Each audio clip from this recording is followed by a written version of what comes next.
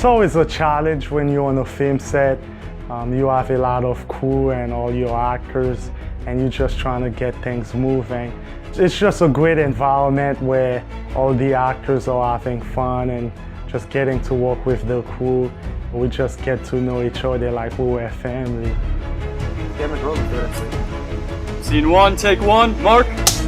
Basically what we're doing in this first scene is shooting William Jackson being captive by the Confederate soldiers. All right, let's cut. 2/3 of movie work is standing.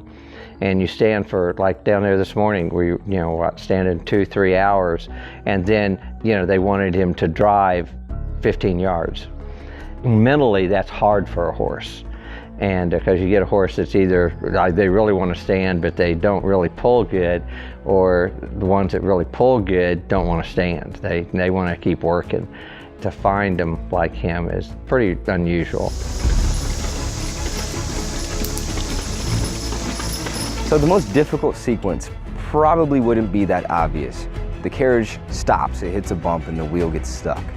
And they unloosen him for a second to help them lift it out of this ditch. And he takes this opportunity to run. Get him! Keep going now! So not only did we have to deal with weather on that one, which is enough to handle, but we actually had one of our actors pull a hamstring, which completely throws a wrench in everything. He was okay, he was good, but we definitely had to rewrite the script to make it make sense. And so we actually wrote into the script that he was shot in the leg in his escape, rather than just having a minor cut or abrasion on the leg. So that's one of the things in filmmaking, you have to always just adjust, keep the good and minimize the bad.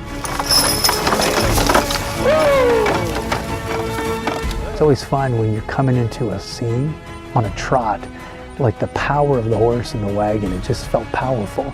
So that was really fun. And this is the scene where we confront this woman who is outside this small little home, and we know that this black soldier's somewhere. There's just this wonderful under the surface tension. The dress is made out of 100% cotton, which was very popular back in the day. It is made in a style of a working class dress, something a woman would have worn when she was working outside or cleaning her house. Of course, she's wearing 5 layers of clothing altogether, so it's not as comfortable, but she looks amazing. Discoloration of the teeth is quite popular in period pieces because dental care wasn't that great for impoverished people, country people. Sometimes they would chew on bark to clean their teeth. But we use different techniques to color, particularly if they were tobacco smokers, pipe smokers. We use makeup palettes and we color their teeth a yellow or a dirty brown. For the wounds, it's the same process also, wounds on the neck.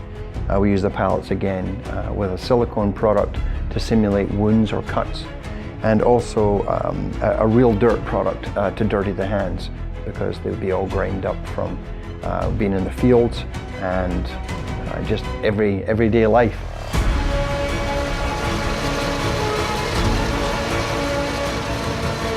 So I love working with Waltzine.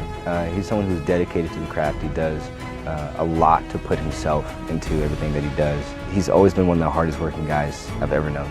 He's always one to put in the extra mile and burn the midnight oil to get what we need to take home and to tell a great story. This was a really great opportunity, and I want to thank everybody that contributed to the Indiegogo campaign and all the crew and cast. The budget was tight, but everybody joined hands. They believe in the story, and we made it happen. I'm just looking forward to the final product to share with everyone.